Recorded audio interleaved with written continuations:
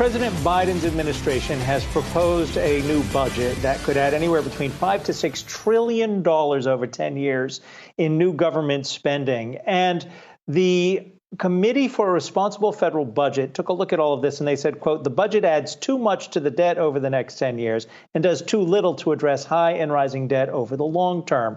Let's bring in the president of the Committee for a Responsible Federal Budget, Maya McGuinness, to talk about this. And I want to kick off with you, Maya, because you and I have discussed this several times in the past.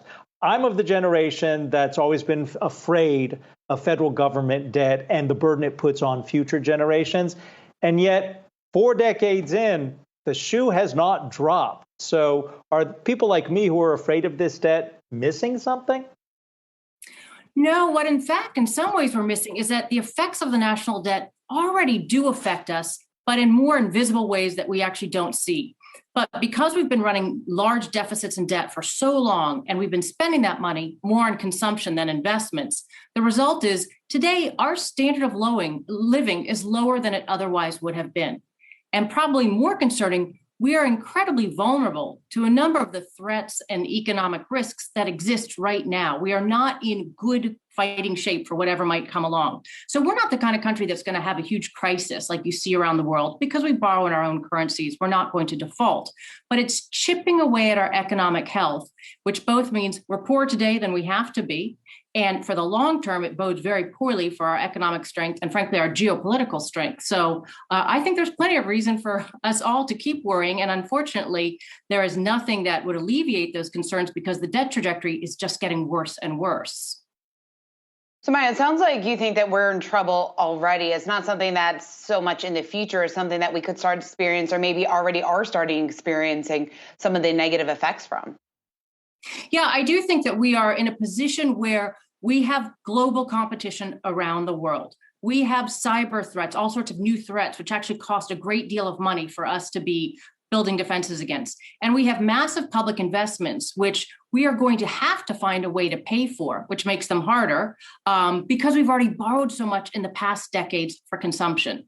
And let me just when you think about our budget, we spend $6 per senior on everyone we invest in the younger generation. One thing to say about the president's new budget is it does shift massively towards investment. And I think that makes a lot of sense. We've been underinvesting for a very long time. So fiscal responsibility is actually important for the same reasons that investing is. It's building the long-term health of your country. However, you can't really borrow so much money for these investments when you've already borrowed trillions for consumption.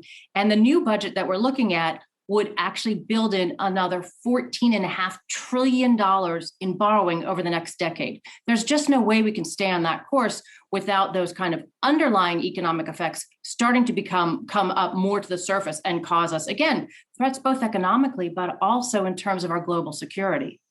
And yet OMB, and this was in your committee's paper, points out that at the end of this year, debt will be 110% of GDP at the end of this year. At the end of 2031, under the proposed budget, it'd be 117%. I go back to with that, the shoe has yet to drop. I mean, isn't Japan over 200%? And the standard of living in Japan doesn't seem to be suffering.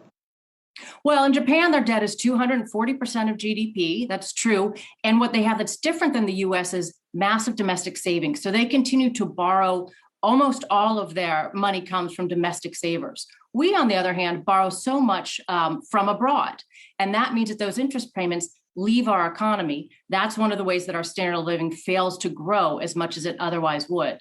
Also, that said, I don't actually think Japanese growth is something that we aspire to.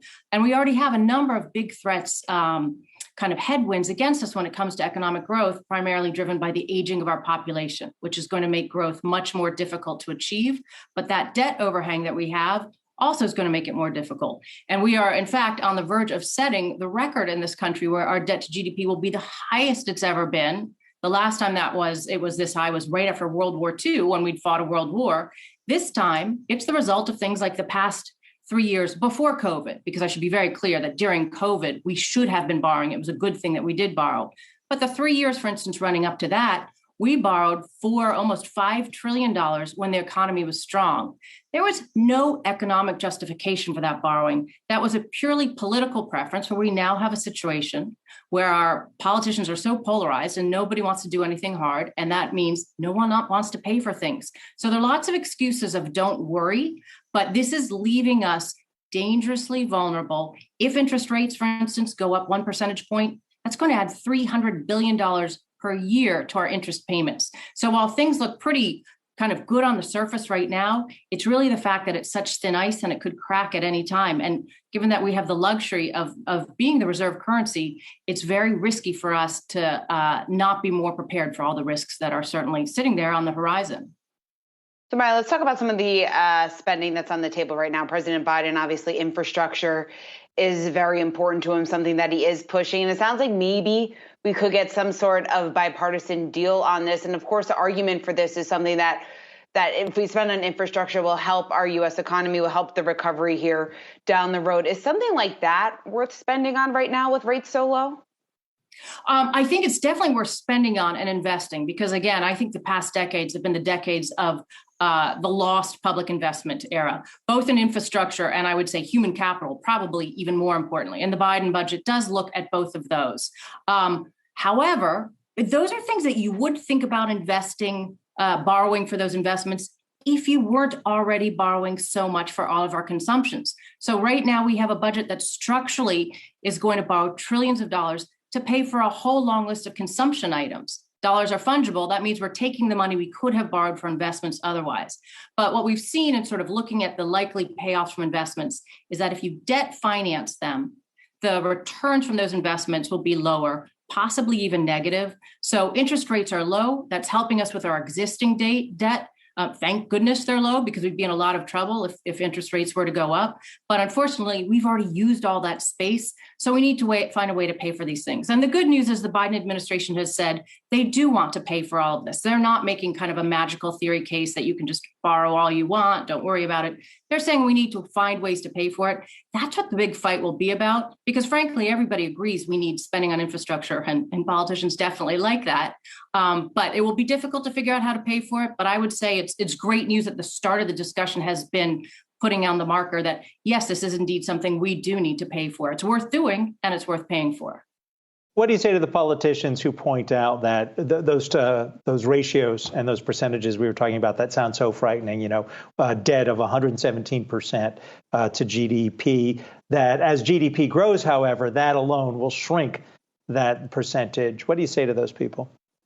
Well, it's not in the projections that it will. It would have. Interest rates are so low, growth will be higher than that. If we hadn't already had borrowing on the books, we could have been in better shape. But we've built in all this borrowing to finance our aging of our population and our growing healthcare costs and the fact that we continue to create initiatives that aren't fully paid for. And so the problem is that if you look at any projection, our debt is projected to grow faster than our economy every year forever. And that's basically the definition of unsustainable right there. If it were flipped, and as somebody who really worries about this issue, I don't think we need to balance the budget. In fact, I think we probably could not balance the budget even if we tried to. We're so deep in a fiscal hole. But if we were to switch that to get that to the point where our economy were growing faster than our debt, we'd have a little bit more breathing room and we wouldn't have to focus on what should be a priority right now, which is getting some fiscal consolidation on the books as the economy starts to recover, shifting there. So that, again, you meet that benchmark that you put out. Your debt should not be growing faster than the economy. And for us, it is going to be. Maya McGuinness is president of the Committee for a Responsible Federal Budget. Good to see you. Thank you for being here with that insight.